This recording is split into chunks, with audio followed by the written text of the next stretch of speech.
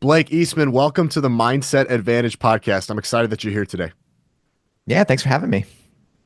I'm super fascinated by nonverbal communication, body language, how we communicate with others, and behavior. And I think you're the perfect person to talk to about this. I've really enjoyed your content over the last couple of years. I first want to start with we're going to get a lot of strategies and how to's later on, but I think a great place to start first is debunking some of maybe the myths and misconceptions out there. There are a lot of body language experts out there, there's a lot of tips and things out there on Instagram and TikTok. I'd love to just get it clear from you. What are some myths and misconceptions we need to know about before we proceed in this conversation? Uh, there's so many, but to sort of zoom out here, the first is there is no X means Y when it comes to human behavior, and that type of advice is quite harmful. So if somebody is blinking fast, they're lying, or like something like that does not actually exist. In some ways, I wish it did, but that's not how human behavior works. It's just massively complex. So we can't apply there are these global themes to everyone. There are trends and themes and certain things that you can pick up on for sure, but there's a danger when you think something means something else, which a lot of body language experts do this thing where it's like, here's a study, here's what it means, now go out in your life and apply it. And it does not work like that. That's the first one. The second one is when we think about body language, nonverbal behavior, there's an overemphasis on the physicality and movement. So actually like someone smile or posture or whatever. But the truth is that's only like 20% of the puzzle. The bigger part of the puzzle is the invisible. So it's the world that you're not seeing. So for example, let's use a sports reference or a sports coach. When I was younger, I played on like AAU basketball teams, and I was like first in the sort of like B league, and then they saw me play at the park, and they brought me to like A league. But the dynamic going back at it, if I was to coach myself, I would say, okay, the person that you brought you in is the coach's son. And we know that the coach is harder on his son than anybody else in this sort of dynamic, right? It's this invisible world of power structures and social norms and background context. And then people's behavior react to that. So I'm looking at this kid and I'm like, he played great in this game. Like, why is he so down on himself? It's because of his father. So without having that context, I'm not able to solve the puzzle. So a lot can be explained through context. Context. Unfortunately, it's invisible, but it's more important than the behaviors because it's what makes the behaviors make sense. Mhm. So no X means Y, and 20% of the body movement is actually not the entire thing. It's a small piece of it. So if that's the case, if Yeah. we're thinking like, if body language is kind of the tip of the spear at the end, I think it's flashy and people like to talk about it. But what you're really saying is there's 80% more that needs to get uncovered. There's a lot in that 80%. What's maybe an area that we could dive into before we get into the 20%?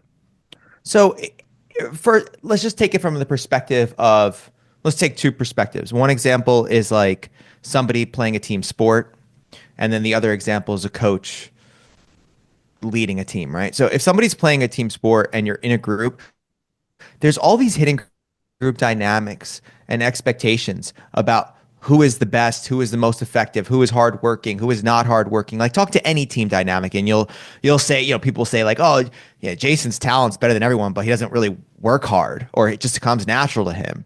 Or there's also these narratives and stories around people. So like this person can't play this zone configuration because they can't move laterally, or whatever the complexity sort of is.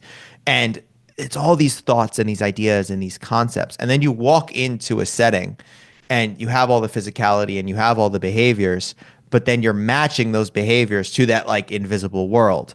And that's where it becomes really interesting. And if we look at athletes, sort of the most interesting nonverbal behavior things in my experience has been like the concept of tells, or things that people are sort of giving off without noticing. But more interestingly enough, the difference in society's perception of what it looks like to go hard, right? So you could put me in a room full of five guys, and we could do like a, I don't know, CrossFit-esque or chipper style workout.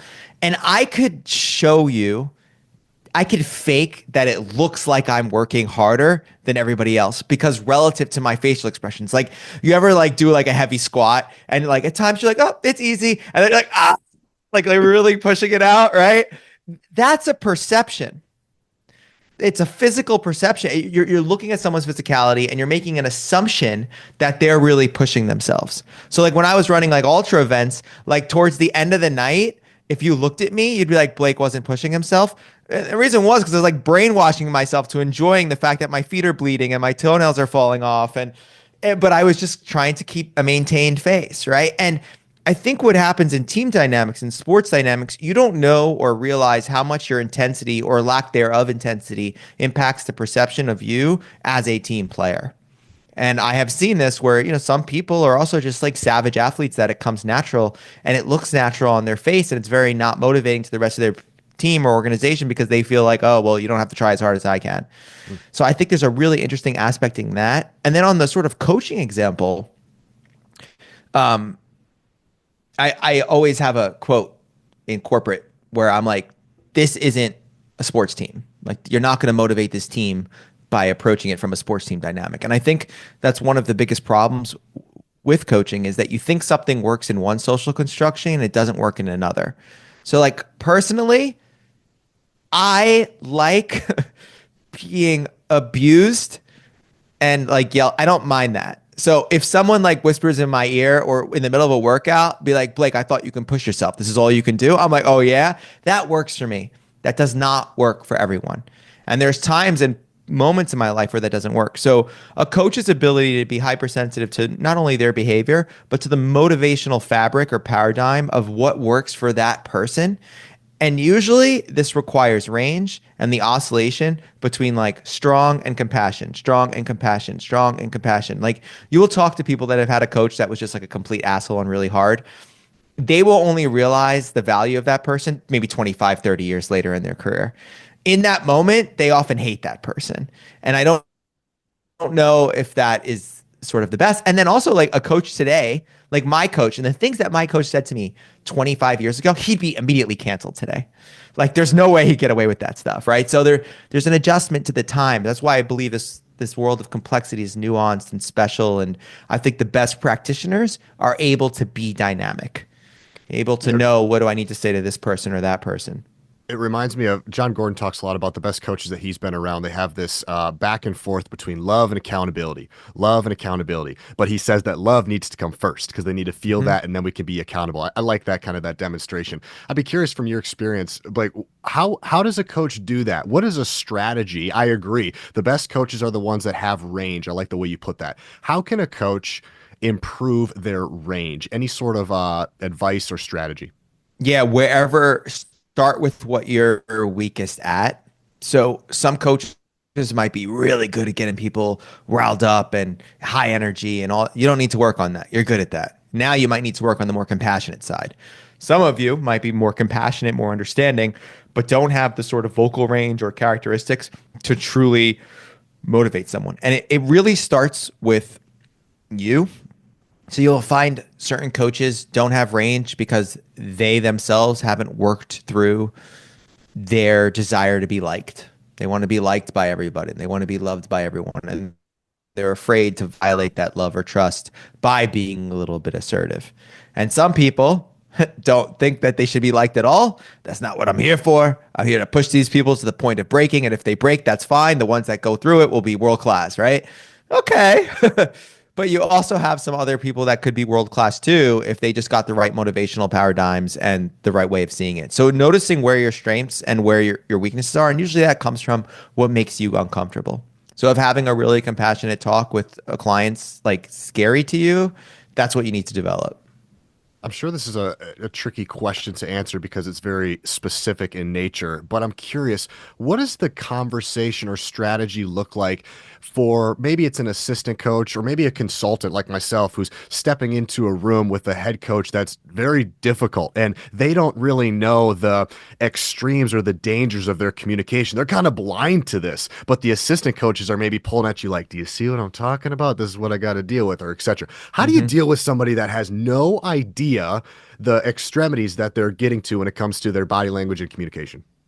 That's really, really nuanced. It depends. I have done that a lot in my career where I get brought in by the head of institutional sales to help his team with whatever. And I'm like, oh shit, this guy's the problem. They're all great. This guy's the problem.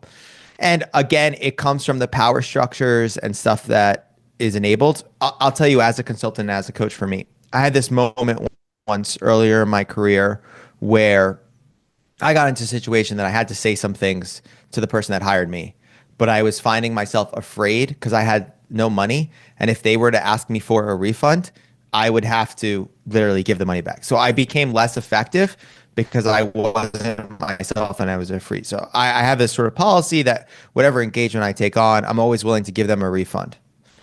I'm always willing to be like, done. And that makes me a sort of assertive. So I've built a reputation and brand for myself where I don't tippy toe. I will literally say like, yo, not for, you're kind of a dick and you think it's working and it's actually not. And here's the evidence. And that is the trick. And the second trick is video footage of them. So I record all my clients and record all my interactions and I'll say, okay, you said this, look at the whole audience. Like tell me. So it really depends, but I usually have like these three exercises. Like one's recording. For some people that I feel I can take it, I just give it to them.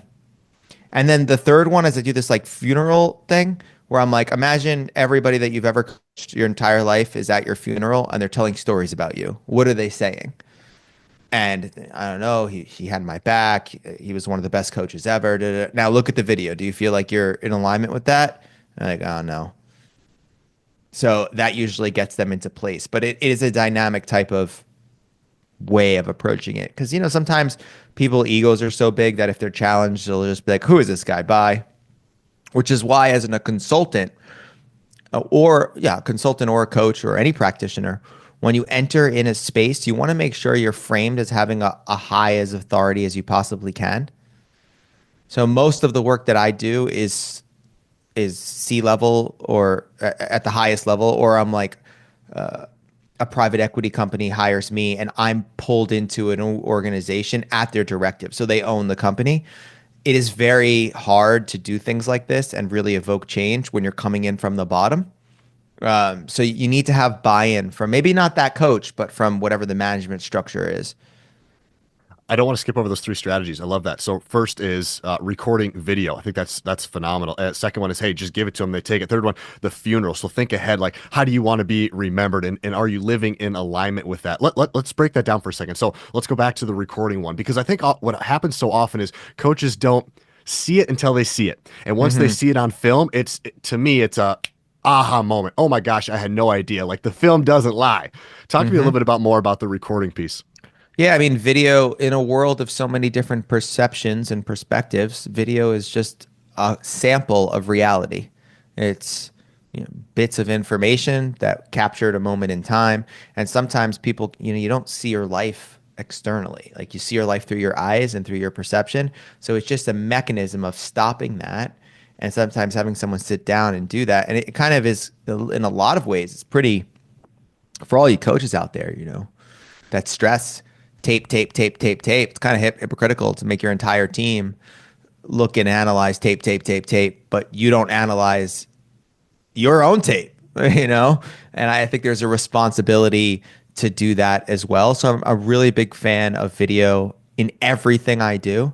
So even like when I would take up Thai boxing or boxing, I'd record myself like every third session to notice like, all right, like clicking certain things together. When I did presentations in the beginning, I would record every third one and analyze myself in the audience. And you might realize that, oh, wow, like I had a conversation with 10 people and 8 weren't listening to me when I was talking to that because the way that I was communicating. Like that's a mechanism of seeing whether or not you're effective, the same way that you're seeing that your shoulder is dropping when you're swinging a bat a little bit too much, or when you don't have rotation on the ball when you're shooting. Like there's so many correlates there. So we get obsessed with wanting to film the action or wanting to film us on stage. And what you're saying is let's turn the camera a little bit. I've heard a couple college basketball programs have what's called a bench cam, and they have a Hmm. camera that's on the bench and it's facing in, so it also gets every player that's on the bench. What type of attitude, body language, and encouragement are you giving on the bench? Because you're a part of this team too. So we need to hold you accountable, just like we need to hold the assistant coach and the head coach accountable. So I think that is another superpower strategy is yes, you have the action, but then also can we get one that's going to the bench. That might be a great underestimated strategy. I think every organization that has the capacity to do that should be doing that. And it's like your performance on the court is equally as important to your performance in a support role. That's what a team is, right? That's like what a highly cohesive team would be. Like I'm rooting like in anything in life, right? Like if it's your husband or wife or somebody on the court, you want to be sort of supportive to them in any way they need. But I think the trick is support is relative to what you think it is, in the sense that what's really helpful is being able to say, like if you're a parent and you have a kid in like an athletic program or whatever, I'm going to ask the kid, listen, it's you on there. What do you need me to do to support you? And most people think that support means their version of support, right? So like I personally don't need like rah from people. Like it doesn't really work for me. Like it'll sometimes for me, if people yell like Blake while I'm on a court, I'll get distracted. So I'm like, listen, man, please don't yell, no foghorns. Like I know you think it's fun, but it actually like I get anxious and I don't really like it. Where some people would love that, right? So knowing what you personal, and I think it's important for you as an athlete and as a coach to understand what kind of support you need. So an example of this is when I run like high level presentation training and I have someone with me, I say the support structure as follows. There's everything on a list of the things that I need, meaning like the coffee's always there. The water's always there. All the cameras are checked, all that. And then I want you to think 3 steps ahead of what I'm saying to predict what I might need. So for example, in the middle of the presentation, I say like, yeah, and we're going to do a quick breakout exercise outside. Those seats outside better be, designed for a breakout exercise. So I think the good analogy is in the military, they call them, I think the aide de camp, which is basically like the chief of staff of a general. And their job is to make sure everything just flows for that general. As soon as that general hits that, goes outside, the car's waiting. The jet's there, the vit's there, so that everything is sort of moving. So yeah, and if you don't know what you need to support yourself, that's something you should look at. I love the question, and I want coaches to sit on that for a second.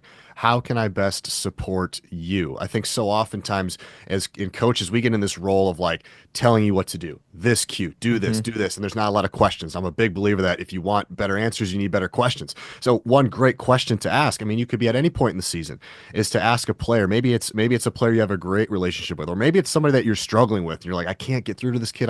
Maybe that's a fantastic question for you coaches right now, is to think about, how can I best support you? The answer might not be what you think it is, because as you said, Blake, we just support people how we want to be supported. Hmm. That's a phenomenal question. Let's go to that funeral piece. I love that piece of go into the end of your life, and there's a lot of answers there. How do you use that for a coach and communication? Let's bring that back again. So the real trick is finding out so I never tell people how to act. People think that I do. And they come work with me and they're like, oh, I think I'm gonna tell them to move their hands a certain way. It's not my choice how to look like. You got to tell me what principles and what values you want your behavior to be aligned with, and I'll help you create that alignment. Oh, that's So cool. an example is like, I had a really tough executive. This guy was he was rough. It was imagine your toughest coach, but in a corporate setting, right? And I did this exercise with him. He was the only person that ever answered like this. I was like, what do you want people to say? And he said really quickly, I'm just trying to get exactly what he said. It was something like, he was the hardest person I've ever worked for, but he changed the trajectory of my career. And I go, that's it? And he goes, yes. And I was like, just out of curiosity, like, why? He's like, because he had a leader that Hmm. ripped him apart and it worked for him. And he was very dead set in his ways. He wasn't going to change. So I was like, all right, here's what we're going to do. We're going to start off all your team members with that context. So what you're going to do is you're going to tell someone before you hire them, or before they're sort of pulled into your team, you're going to say, listen, this next 2 years are going to be the hardest 2 years of your life. I'm going to push you in ways that you've never been pushed before. But I promise at the end of these 2 years, you will completely have changed the trajectory of your career. And if people are not bought into that mission, they don't belong on the team. It's that simple. So some people would hear that and be like, well, I just had a kid. And like, you're not going to work well here. Some people would be like, let's fucking go. Like, let's do it, you know? And that was his way of attracting the type of player and the type of person that's due. But like, if you look at how recruiting or scouting works, they don't factor that in. And they look at raw talent, they look at all those things. They don't probably, I mean, some, I'm sure some do, the world class ones do. But at the end of the day, there's also just a sort of puzzle, and you want the puzzle to fit. Now, as a coach, if you don't want that, if you want to be somebody that was like a mentor and a father and really was compassionate, your behavior can reflect that as well. But what does that look like? Does that look like you ripping somebody apart, or does that look like you ripping someone apart and then said, "Hey, listen, let's have a conversation"? First of all, I want to apologize for that. I didn't sleep last night. I was a little this, I was a little that. I believe in you, blah, blah, blah, blah, blah. Right. So it really depends on what kind of coach you want to be. And then making sure you're aligned and making sure it's clear that everybody knows what kind of coach you are. I've always found that in leadership, it seems the biggest problem is when you say you're something and you're not. If you say you're something and you always follow through with that thing, the people know what to expect. But when you're full of shit, and I really think as a coach, like, oh man, you just have the highest standard of accountability because a lot of coaching is accountability. So you better, if you complain about other people being late to practice or whatever, you better never, ever, ever, ever be late. And if you are, you better clean it up real quick and say, like, here's why I was late, blah, blah, blah. Sorry, it'll never happen again. So a couple of questions here. First, how can I best support you coaches out there just trying to highlight some of these strategies? hmm The question is, what kind of coach do you want to be? What are your core principles and behaviors? And are we living in alignment with them? And if we aren't, how can we live more in alignment with them? I love what you said about as a consultant, sometimes the easiest thing to do, or what you want to do, is you want to come in and change things. You want to come in and change who the person is, and that's not what you're doing. I love that perspective shift. It's like I'm not trying to change who you are. I'm just trying to help you live in more alignment with who you are. Am I following that correctly? Exactly. And also the whole notion of like changing people. Good luck. It's very hard to change. You're world class if you could understand the sort of the paradigms that will lead to a compounding change in a person in a year. Meaning, like, what things do I need to do today for this person to be different in a year? If you think you're going to go in there and change someone overnight, you can. You can do some sort of motivational strategies that'll work temporarily, but they'll always revert back to their old selves. Humans are not really the best at change. It's something we don't want to admit. It's something oh, how many, like anybody listening to this podcast, if you're the kind of person, there are people out there that are just pure savages for whatever reason that are like, oh, I want to lose weight. And they're like, here's the plan, here's the coach, and they follow everything said. But think about yourself, like how many times have you wanted to really change something and you're still in the same place right now? It's because our brain is this resource management type of thing that's used to doing things a certain way because they're energy efficient. And it's hard to break those patterns. I want to go back to one of my favorite parts about this. I was so excited to have a conversation with you, Blake, about this. You talked a little bit about when you were an endurance athlete, try to keep a straight face and body language when it comes to human performance. I'm very interested with what your findings are when it comes to body language and human performance or peak performance. Go ahead and let's just start and we can kind of dive into different areas. But what have you learned? What has your research found? So my actual research is in poker. I actually have another big research project at a professional level that I can't talk about. That's confidential and pretty cool, but I could sort of draw correlates from that. Um, you could think, I'll give you a hit. You could think about all the professional sports and where patterns in behavior might be the most useful. That's kind of the direction that I went. It's more of a passion project right now, but it's showing some interesting results. But all right, there's a lot of things. So first and foremost, one, I would never consider myself an endurance athlete. Sort of the humbling thing was I did the Spartan 24-hour race, a Spartan World Champion race, and I'm like, it's like 1 o'clock in the morning or whatever, and I'm running up a hill, and I feel really good because I got like a surge of energy. And I'm running up this hill. There's this guy next to me, and he's like, "Hey, you're looking great, buddy. Like, what lap is this for you?" And I was like, 6. He's like, good for you, man. Keep it up. I'm like, what about you? He's like 14. I was like, oh my God.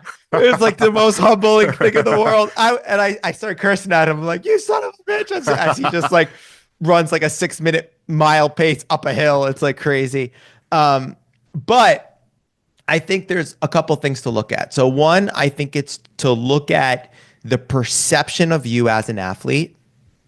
Um, there's a friend of mine, Chris Pronger, is a NHL Hall of Yep. Famer, Yep. and Chris, I was with him 2 days ago. We were eating together, and he just posted something on Instagram that I really loved, where he was like, "There's a lot of things in life that you could fake, but you can't fake a work ethic."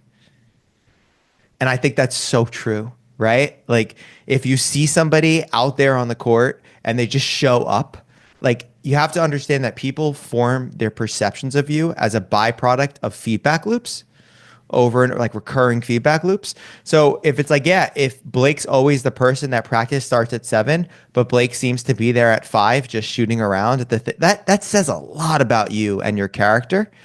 So that's like one domain, like just the way that you show up.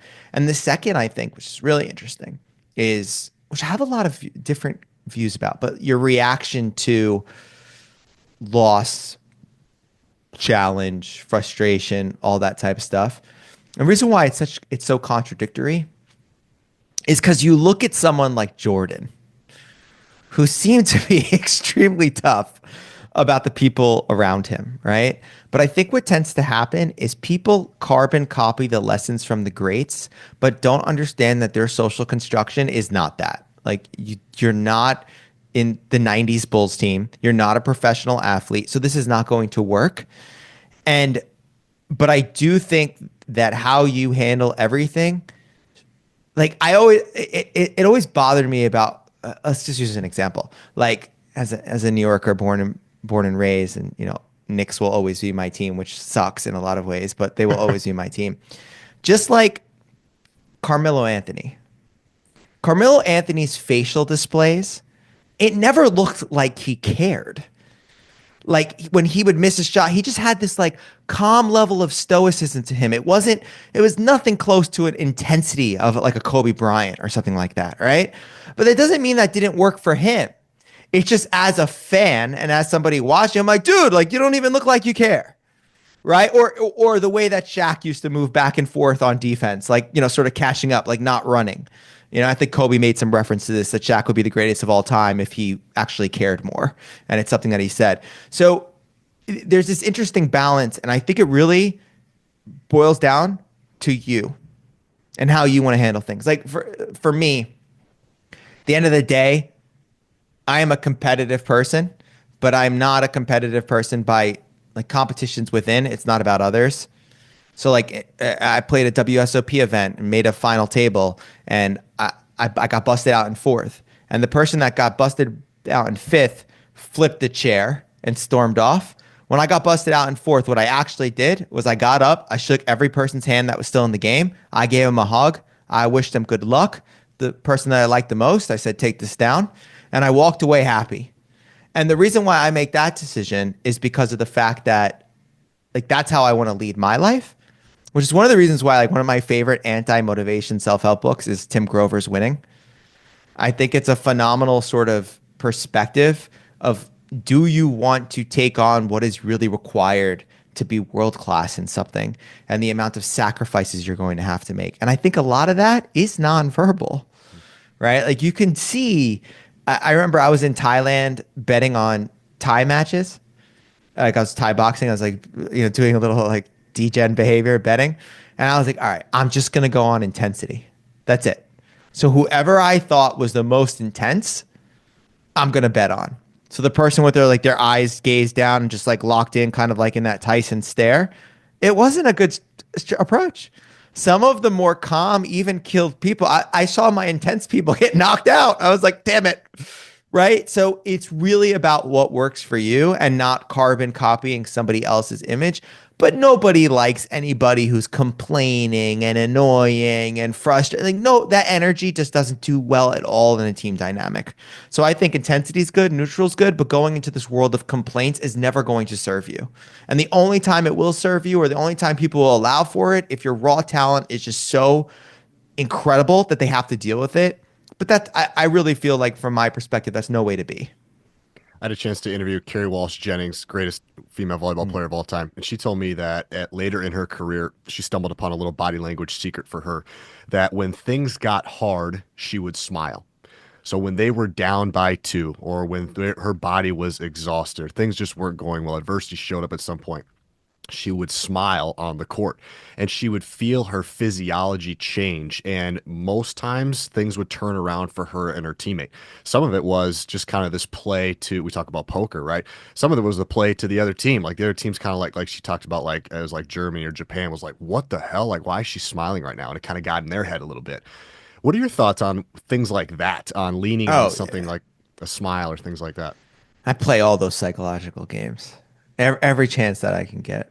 I played golf not too long ago with a bunch of friends that are really serious golf players, right? So I didn't flat out insult them, but I was like, "Oh, like people that play golf, like shouldn't you hit it in like two or three times and not like nine?" I just kept getting in their head. And then like I don't I don't know how to drive. I only know how to use like a 7 iron. So we're sitting on a mound where you're clearly supposed to drive. And they're like, Blake, what are you doing? I was like, I don't know how to drive. I can't hit drive, but let me just shut up. Let me play my game. I hit the seven dead straight. And then putting, I don't care about because I'm not a real. So I'm like, this is not a hard game, like just getting in their head. And you could see some of my friends laughing and knowing exactly what Blake's doing, and some of my friends completely losing it. Now, I obviously know golf is a very hard and complicated game. But I'm treating it in a way to sort of make them. And also, at the end of the day, it is sometimes really. I think there's two forms of scary, and so think of it this way: like, if someone holds a gun to your face and is like, listen, show me all your money. Like there's two scary ways. One is like, are you sure? And they pull out another gun and blast your head off. But the other way is like, this person is so calm in this construct, they shouldn't be calm. Like imagine like pulling guns to someone's head and be like, listen, man, I've had a gun pulled to my head my entire life. This is not going to end well for you. And they're just such a pillar of calm. So it's like the same way in sports where like some people are flipping out and some people are just serene. That shit is scary when you see like a serene level of thing. I think the trick is everybody can see when you lose control. Yes. And when you've shown like you've lose control, you've lost the game. They've got you. So whatever you can do to not show that, whether it's smiling, whether it's smirking, whether it's joking around, it's it's really incredible. Yeah, I love the phrase. In order to be in control of our performance, we first need to be in control of ourselves. In order to be in control of our performance on the court, we first need to be in control of ourselves, which means kind of controlling our facial expressions. I was interested to get your opinion on this. Amy Cuddy, she had a TED talk about a decade ago. You've probably seen this before on power posing, and what really Hmm. went viral. What's For those that aren't familiar, what basically she suggested was that body language not only affects how others perceive us, but it also affects how we feel about ourselves. So I'd be curious, just based on your research, how much truth is there to the idea that posture can influence confidence and leadership? Have you found any research to that? Is how I we mean, stand? it's a nuanced subject in the sense that her like the subsequent studies done on that didn't really there's a lot of debate on whether that's actually true or not based on sort of a contemporary versus classic view of emotion. It's like a really big topic. I think that at the end of the day, it boils down more towards your thoughts. So I think it works for people. So for you, if you're gonna like bring your shoulders back and get your thoughts right or do that, that's having more of an impact than the actual physicality. So if you're like, I'm terrified, I'm terrified, I'm terrified, I'm terrified, I'm terrified, I'm terrified, that doesn't work. So it's like I have my own sort of prepping routines. Like whenever I try to like today, I've been working on my bench and I'll work out today. There is a state that I get myself into before I hit that last rep, which is just basically like 100 fucking percent, Blake. Like 100% right now. Nothing matters. Like this is all your focus on. It doesn't come from a physicality. It comes from a mindset. So I think there's obviously a link between your physicality and your mindset. But I just think if you just focus on the physicality portion, it's not going to do much. Like if you just stand there like this, like all terrified, it's not. So I think it's a more intricate balance and loop. But I do think as any athlete, you want to have the tricks of the trade to get yourself in a mode. Like I have some that are probably not the healthiest, but like sometimes when I'm running sprints or working out, I imagine that like I'm sprinting, let's say a 400 meter or whatever, that my wife is getting like mugged at the end of this 400 meter.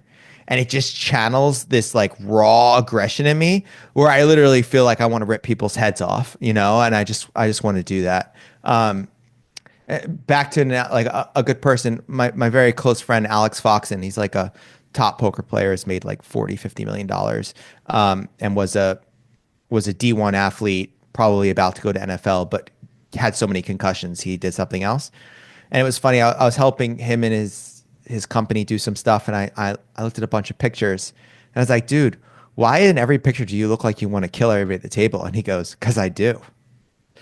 Like he is the most just like savage. But I know other top poker players That that wouldn't are work. not like that at all, Right. right? Like that mindset wouldn't work. It wouldn't work for me, but it works for him, right? So I think being able to understand what is required to put you in a zone of the highest level of performance, that is a foundational layer towards getting into that state. And know, like, I always question, some people have their little cute things. They put chalk on their hands a certain way, or they spit water a certain way. How much of that signal is a cue for thoughts and having nothing to do with the actual single itself? Right? Like there's a way that I walk into the gym on days where it's going to be a really good session. It's not about my walk. It's about the way that I'm thinking about the session. It sounds to me, I love that. It sounds to me like it's a little bit of a combination of the body state and also a combination of that self talk piece. Like, what are you saying Hmm. to yourself with it? And when you can pair those two together, then I think you got some magic. Yeah, exactly. I think it's about, it's not one or the other. It's finding your combination of both. And knowing what works. Like still to this day, like, you know, if I'm really not feeling something and I'm about to give a presentation, I know that for me, doing a max set of push-ups helps me for whatever reason. I don't know. I just get on the floor. I start doing push-ups, 10, 20, 30, I'm already, and then as soon as I can't do another push-up, I get up and I'm like, all right, I feel a little bit better. It's another great question to ask for athletes here. What works for you, and what do we need to do to get you into that state? Another piece of body language I wanted to get your opinion on, Blake, is eye contact.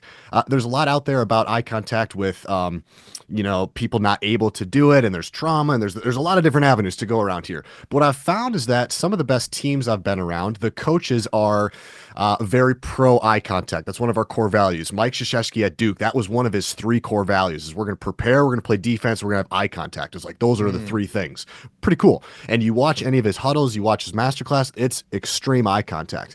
And I think there's a lot of value in that. What are your thoughts just overall on sports and eye contact and student athletes and coaches? Where does your mind go?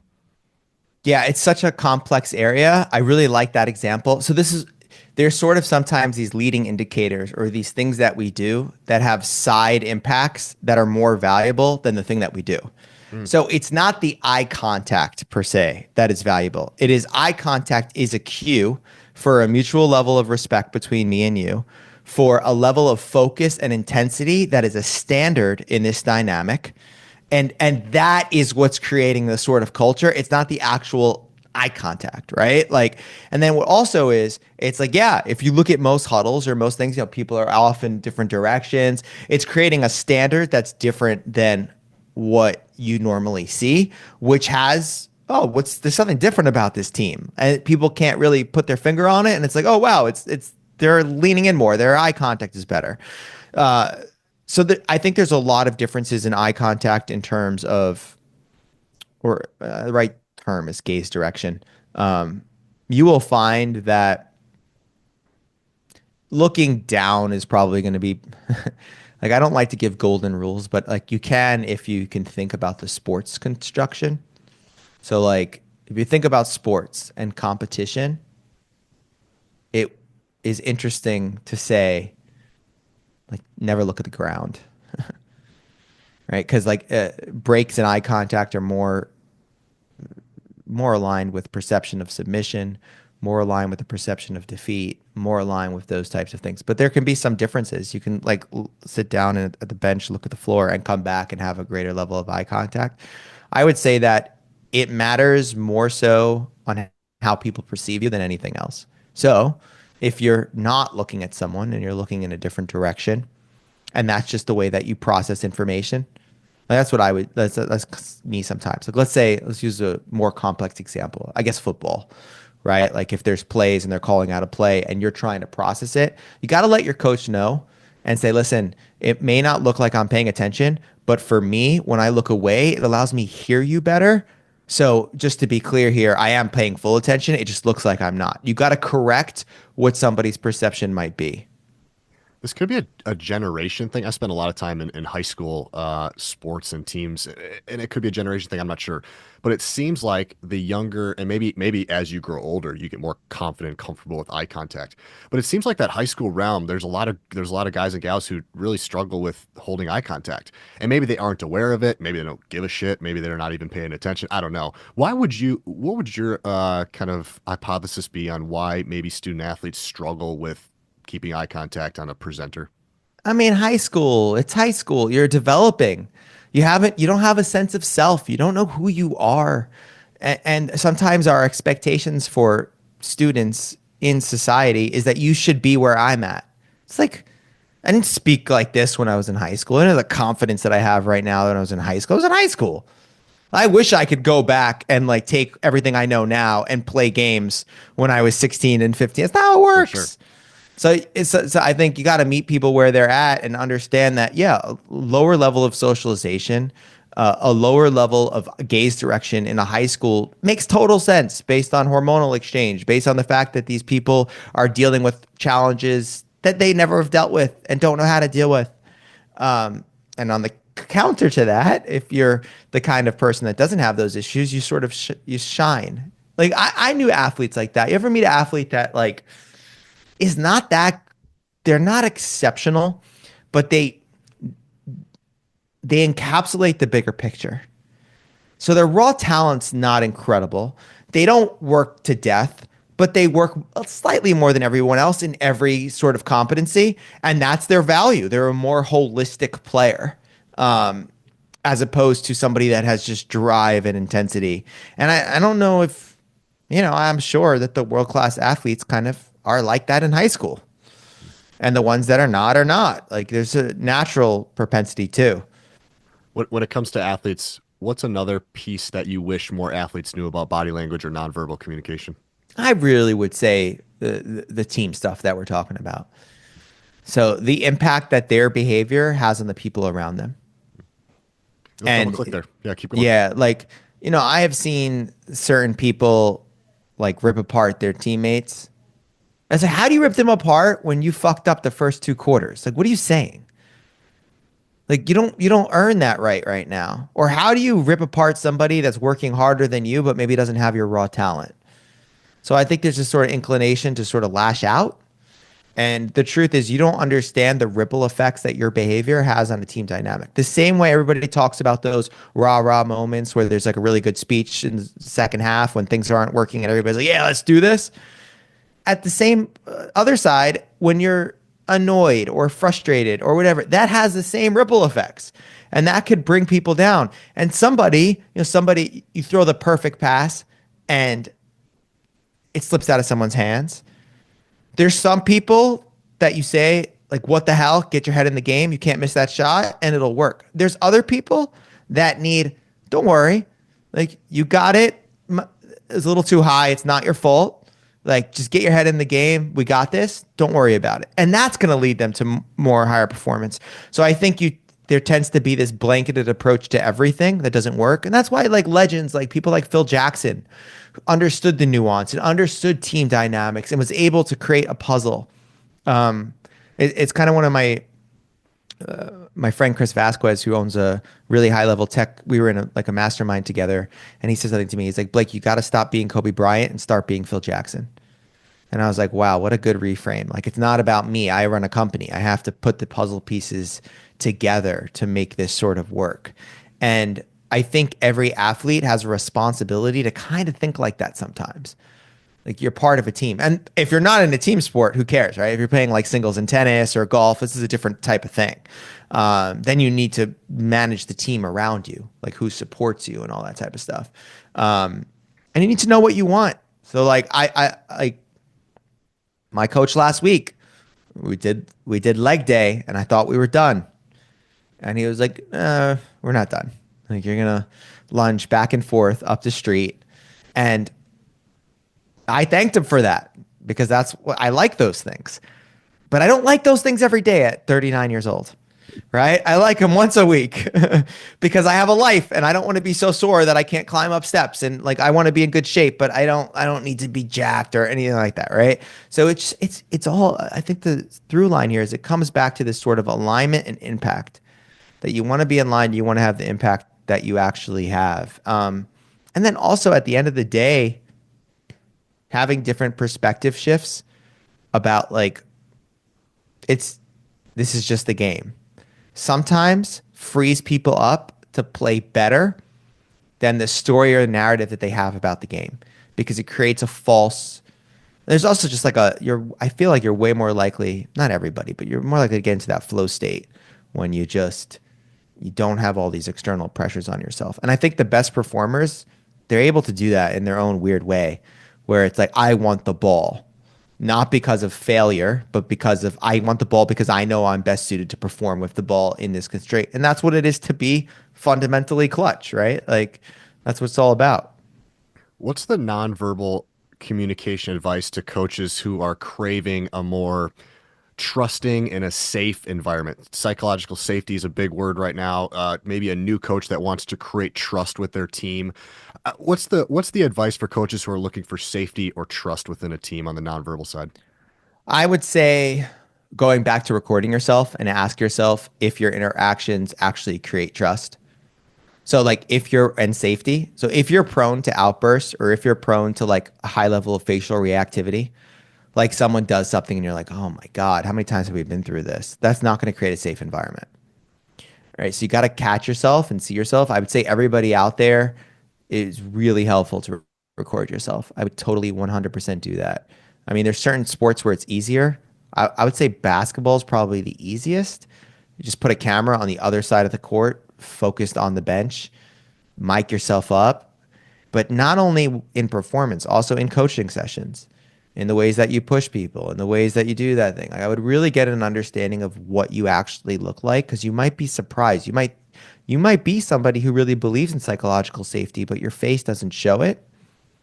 So I think that there are no necessarily hard tips. I think it's all about increasing the awareness of yourself. And then also, you could ask, you could say, listen, my intent here is to create an environment where all of you feel safe and all of you feel like you could come to me for whatever. That doesn't mean I'm not going to push you hard.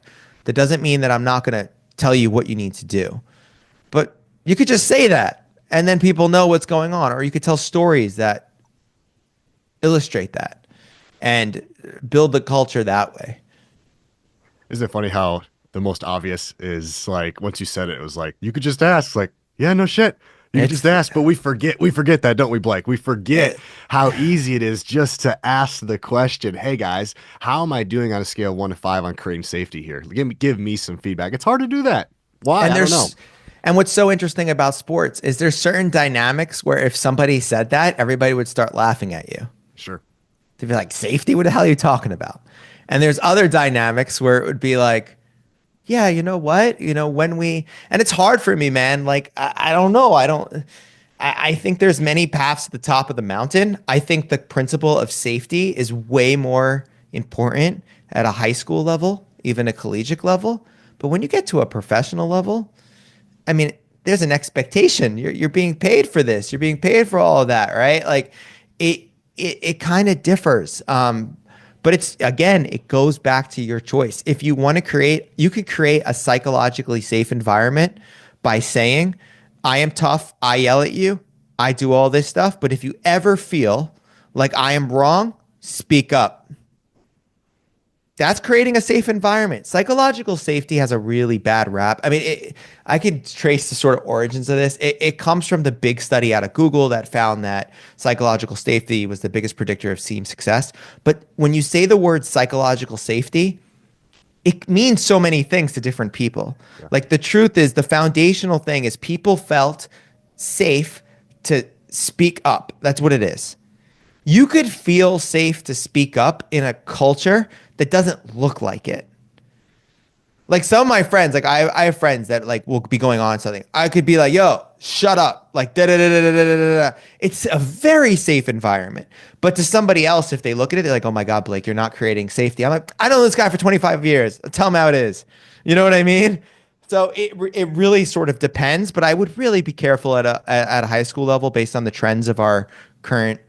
But now, like, you know, with politics switching and stuff, now it's swing to the other side, right? Like you got to be tapped in with what's going on in society. And what worked 30 years ago may not work today.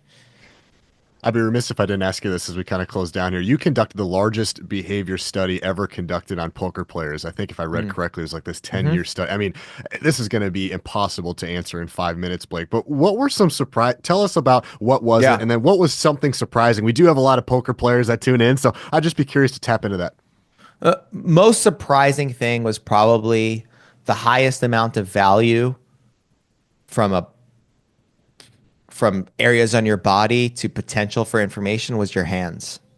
Say I more. didn't think I didn't think that. I thought it was going to be like face and physicality and breathing and all that stuff, but it makes sense.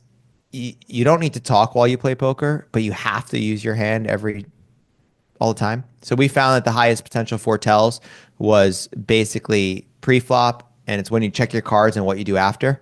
There was more embedded patterns in that than anything else, and part of the reason was because of feedback loops, right? So you like check your cards and execute an action. Let's say you played like a live game for 4 hours. Let's say you see 100 hands. There's going to be 100 instances of you checking your cards and performing an action. So there's more samples of that behavior than there is of anything else. You might only bluff once a night or twice a night, so you can't really compare like a big bluff versus a big value spot. But in that, it's way, way, way different. So that was kind of surprising. I didn't think the hands were going to be the most valuable part of the body. People assume the face. The face, in a lot of ways, is pretty much useless when you look at it in comparison. And part of the reason is you don't need to move your face.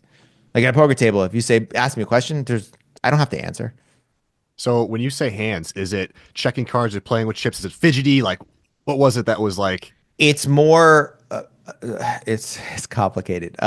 It's more like the bet sequencing. Like so, like a player, we found a lot of patterns. So there's something we discovered called the card apex, which is that most people's the amount of time they looked at their cards falls into a distribution with them looking at their cards quicker when they're at the top of their range and quicker when they're at bottom of the range and spending more times looking at hands that are marginal. So an example of this, I know you play poker, or you're playing Hold'em and you get dealt like, you know, pocket kings, you check it quickly. You get dealt deuce eight, you check it Staring quickly. at it. You're like, are But you you sure look it's at 2-8? Are you sure? yeah, but you get like I don't know, Jack 10 suited in the cutoff against a really aggressive raiser. You mean, should I play this hand or should I not? That's exercise in it. So when people think about poker, they think more at the level of emotion and physiological arousal. But the world class players have been playing this a long time. Like the amount of emotion that they actually experience in these spots are a lot less than what people think. We found more patterns that are connected to a thought process as opposed to emotion. So most of the stuff that we found is like your perception of this spot. So I'll give you the best example for this. So right now when I work with poker players, it's like the best in the world. It's like top 100 in tournaments and all that. And it's weird because I do like opposition research on people, and I do research on this one guy, and I was losing my mind. I was like, he's so different in certain things, and I can't figure out what it is. And then, like, I say, don't focus on him because he's too erratic. So then 2 years later, he gets connected to me, and I start working with him. Oh wow. And he hires me, and I'm like, thank God, I finally know, I finally can Yeah, ask. yeah, And yeah. and he's like, what? Like, I'm like, let's go over some footage because you got to explain this to me. So we're going over hands, and he's like, wow, yeah, I'm seeing it. I'm like, why are you showing up so differently? And he goes, oh, because he sucks. Like, he's terrible. He's like a bad rag. And I'm like, what do you mean? And he's like, he's just bad. So what was happening was, and it's funny because this happens in poker, like at the highest level. It's like comical how like the you know 11th ranked poker player will say like the 22nd is bad. It's like maybe relative to the top, but like no, like it's the best players in the world. And we got to be careful the labels that we say. This is not bad. He's making maybe flaws at a higher rate in this population, but he's not a bad player. But for him, when he was playing against players he respected, he controlled his behavior more. When he was playing with players that he didn't respect, he didn't control his behavior. So the patterns were relative to the opponent, not this big thing. And that's the thing. Like in poker, tell there's a bad reputation. Also, like X means Y, like all that stuff is bullshit. Um, and it's really relative to the player, which is really fascinating and really cool. And it's also just like poker is like, you know, for me, going from a kid who, I played poker professionally, but I started at 17 after watching Rounders and like watching and then getting to work with your idols. It's the coolest thing in the world. It would be like the analogy would be like if in a month, Kobe Bryant, rest in peace, I don't know, Dennis Rodman and Jordan were like, hey Blake, can you help me review your phone? It's like, oh my God, this is so cool. You know what I mean? So it was a really cool time and moment. And now a lot of those people are like close friends. But then after a while, as a coach in the beginning, somebody like the first person to ever reach out to me, who's now is a dear friend, was Phil Galfond, another top poker player. And I remember when Phil first reached out to me, I was like, oh my God, Phil Galfond. Da, da, da. And now it's like, no matter who it is, it's like, all right, let's work together. Here's my rates. Here's my pricing. Like you just get desensitized to the coolness of it. And that's where experience comes from. But it's a fun ride. Okay, I want to get in a little bit of this wisdom if you have a Yeah. moment. I love learning about high performers. Obviously, that's why I have this podcast. What are some common themes that you've noticed, not in the game of poker, but maybe some themes outside? I'm a mental performance coach, like I said. So, is there anything on the mental side that these guys or gals all had in common? I'm so curious. Yeah, you should totally. One is I noticed that they had an unreasonable level of confidence on the table or and then not so much confidence off the table, which was fascinating. So like they'd play and they'd be like, I got it. I'm gonna crush these guys. Like I'm the best player here. Then they get off the table and be like, I made a mistake here. I made a mistake here. I made a mistake here. So it was this healthy interchange of when they were performing, they had confidence. And then when they were off the table, they said, I still need to do the work. I find that as to be a really interesting through line. I see it in myself too. Like I have find problems with every creation that I ever make, and I want to improve it. But having sort of that healthy balance between that. Um, in poker, it's kind of tricky because some of them. Oh, I have another one. That's all they talk about. The high performers. Like I love some of my poker friends, but like we'll do 2 days of like 10 hours with me breaking down tape. Right? We go to dinner Same and they thing. go, let me tell you about a hand. Like, what do you think about? I'm like, dude, I can't take it anymore. They're just obsessed with it. And their whole life revolves around it. And that's what's required to truly be number one at something. So it's like, I thought this was crazy looking at them and I'm like, oh shit, no, I'm the same level of obsession with behavior and the things that I talk about. I just don't view it that way, right? So like an obsession that permeates their entire life. So And an that's why obsession. like an obsession, like Alex is like one of the top players. His wife is a top player and the number one female player. And it's like you're with them together. And I'm like, don't you get bored talking about poker? And they're like, no, why would we get bored? Like, and it's kind of like a beautiful thing to see. And what I have noticed is with the top performers, and I've been responsible for some players retiring because I noticed the obsession starting to wane. And they're starting to talk about other things in their life. They're not as obsessed with poker. And poker is this weird thing where like at the highest level, I say it moves like an F-16, and at the lowest level, it moves like the Titanic. So like a 1-2 game in a standard casino or even a 2-5 game, they've gotten better over the last 20 years for sure. But the rate of change at the highest levels, especially with like GTO and all these solvers and methods of understanding what is the right thing to do in any given time. It moves so quickly that like you start to see people slowly lose their competitive edge if they're not dedicated to it. And then I guess also Every once in a while you just encounter just a freak, Yeah. just someone that's just so raw and good that it doesn't matter. And sometimes this is just like their body. There was this great article I read about Michael Phelps, well, actually a poker player also, um, that talked about how anatomically his body is perfectly suited for swimming. That his like torso is larger, his legs are longer, his hand, like all these things. You take someone like that with the work ethics of someone like Michael Phelps, good luck catching up to that. Like so there's some when you so there's these freaks that sometimes get paired with like a work ethic Watch or out. you look at like Jones in the UFC, like just like insane, like just insane athlete, insane student of the game. And that's also, you find that I think there's, I guess that's my fourth thing. They're a student of the game in a way where it's hard to understand how much nuance they understand. Like that was one of the coolest things about Tyson. Like Tyson, what a wise and like I didn't growing up. He was Tyson. He was biting people's ears. He was savage, knocking people out in 7 seconds. You hear him talk about studying tape and studying warfare and studying all these psychological components, and you're like, wow, these people are true students of their craft.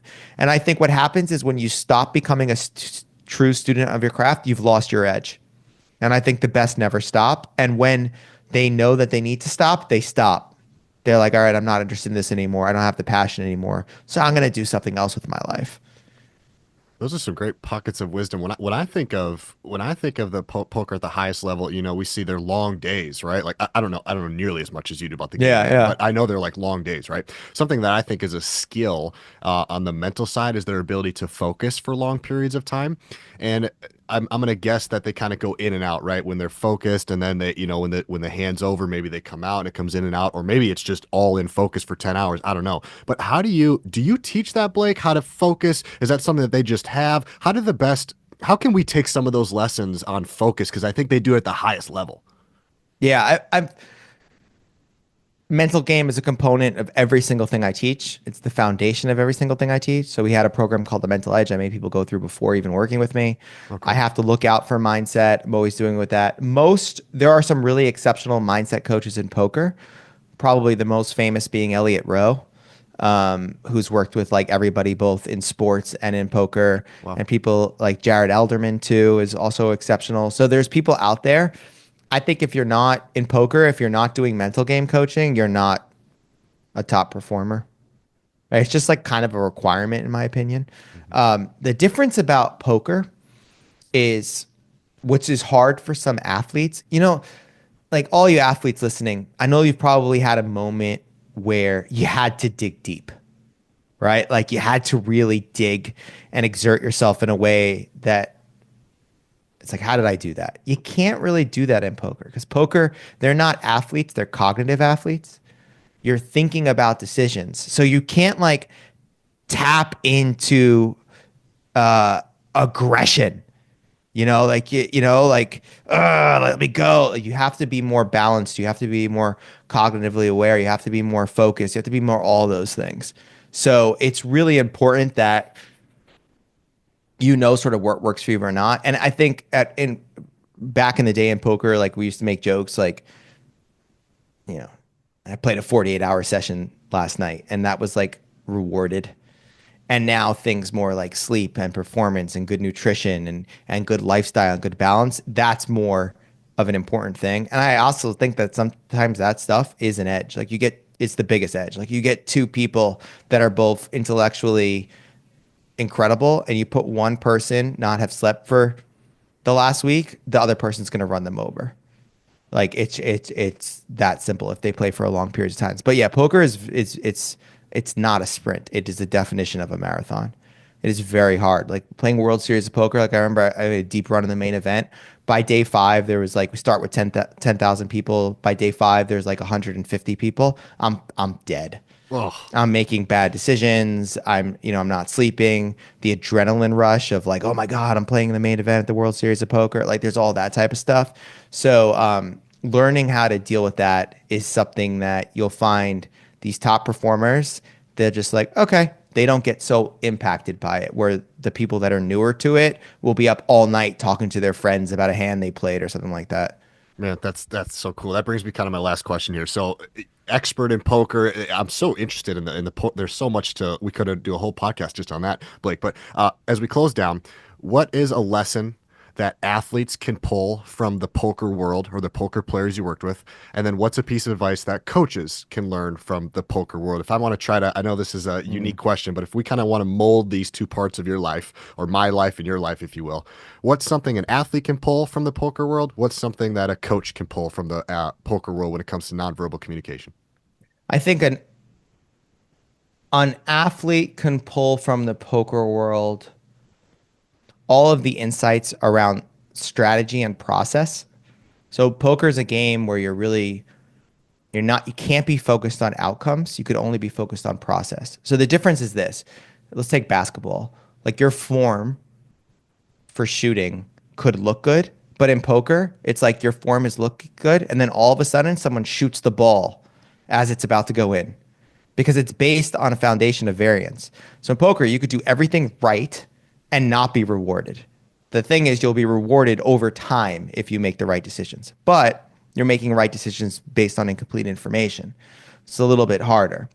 And I think most not professional sports, but just outside of poker, reinforcing good process is sort of the key to reinforcing good performance.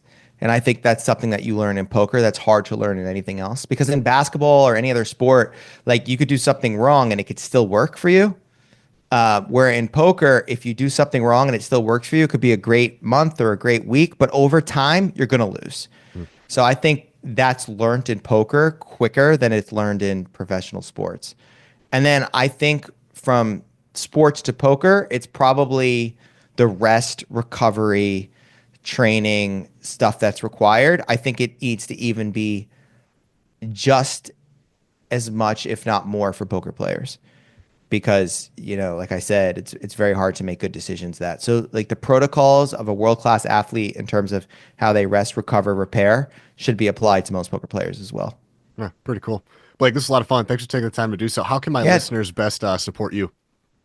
I have a newsletter, nonverbalgroup.com/newsletter, which will dive into a bunch of things that I send out every Monday. And then, yeah, I post a lot on Instagram, Blake_Eastman, and I'm going to start going hard on the social channels. So just follow me there and I'll hopefully share some. If any questions, also just reach out to me on any of those platforms. Awesome. Thanks for your time, man. This is a lot of fun. Yeah, thanks, man. Great questions.